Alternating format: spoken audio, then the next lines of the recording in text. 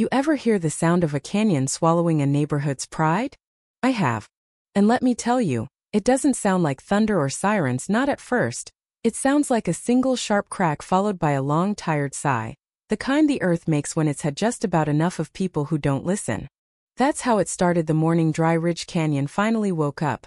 And if you told me even a year before that it'd end with half the neighborhood on the news and a HOA president skipping town in disgrace, well, I would have believed you. Because I saw it coming. The land told me every single day. See, I've lived on the edge of Dry Ridge for 17 years. Long enough to know it's only dry when the sky feels generous. The name's a realtor's joke. A bit of false advertising slapped on a wild patch of canyon just waiting for someone to get clever and build too close to the edge. But I knew better, because I walked that ground every morning. Boots sinking just enough for me to feel the bones of the place shifting beneath. You don't retire from the Army Corps of Engineers and forget how to read dirt, believe me, I tried. It was early spring when the trouble started, the kind of spring that smells like thawed pine needles and coming rain. I'd noticed it in the little things, how the ground near the bluff felt softer than it should, how a new crack had snuck up the driveway, how the earth vibrated low and steady when the wind came off the canyon at night. Most folks in Canyon Ridge just saw a postcard view and a place to grill burgers. Me? I saw a loaded gun with a hair trigger. But none of that mattered to Karen Whitmore. Yeah, HOA Karen. The chairwoman with the perfect smile and a clipboard that could double as a weapon. She had this idea for a community pride plaza. All cobblestone and flagpoles and spotlights, perched right where the canyon started to drop. 20 yards from the edge. She called it safe, modern, a legacy project. That woman loved the word legacy, like it was her own child. At the clubhouse meeting, she laid out her vision like she was running for office. Fountain, benches, mural, the works. I sat in back, arms crossed, jaw clenched so tight I could have cracked a walnut. When she opened the floor, I stood up, couldn't help myself, told her plain. You put that plaza there, you're betting the whole neighborhood against the next big rain. She did that politician smile. No eyes, just teeth, and shot back. Thank you, Mr. Halbert, but we have a soil survey, everything's fine. Except that survey was older than half the board, done before the last 2 floods and the landslide that took out the old maintenance shed. She wouldn't listen. Not one of them would, especially Derek, Karen's lapdog, always with his hair slicked back and a clipboard he wielded like a badge. Let's be respectful, Jack, he said. No vote's been taken yet. But we all knew better. Karen's projects always passed. The vote was just a parade. I stormed out early. The next day I took fresh measurements just to be sure I wasn't losing it. The bluff had sunk half an inch since March. You ever lose sleep over half an inch of dirt? Engineers do. I filed a formal complaint under Section 4.3 of the Charter. Construction has to stop if there's environmental risk, right? Karen sent back a canned reply. Thank you for your concern. And nothing changed. So I went higher. Sent reports to the city, left voicemails, even mailed a letter to the mayor, because sometimes ink and paper still mean something. No response. Meanwhile, Karen's out at the bluff in a hard hat, laughing with contractors, acting like she's building the next Mount Rushmore. Maybe go plant a garden instead, Mr. Halbert, she said to my face like I was some crank with too much time.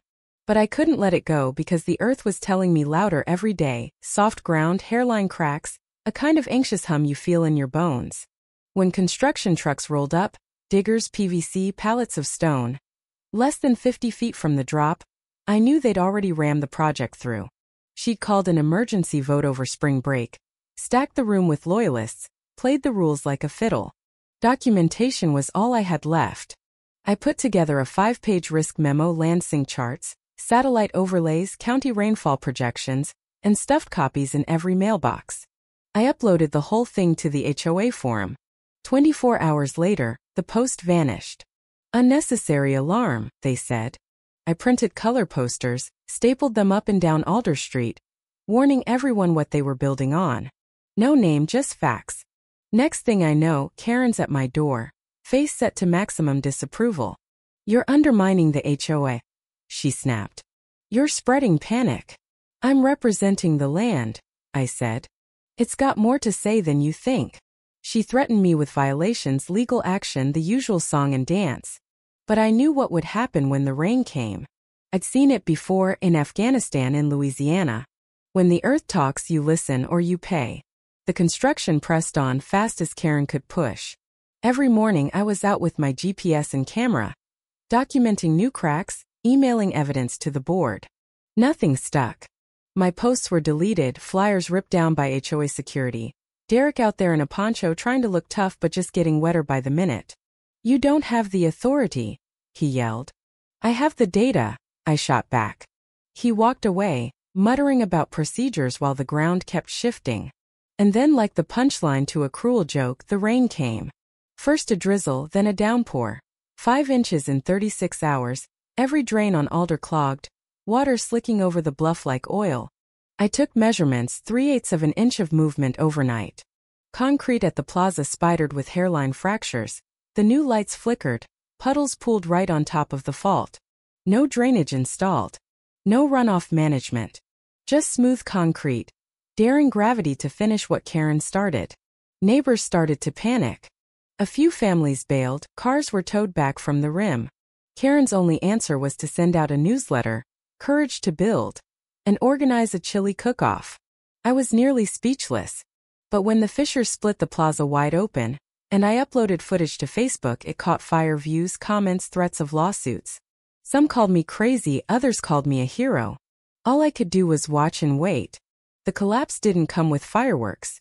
It started at 4:42 a.m. On a Tuesday, no dramatic sky, just dull gray light and the distant sound of water roaring below.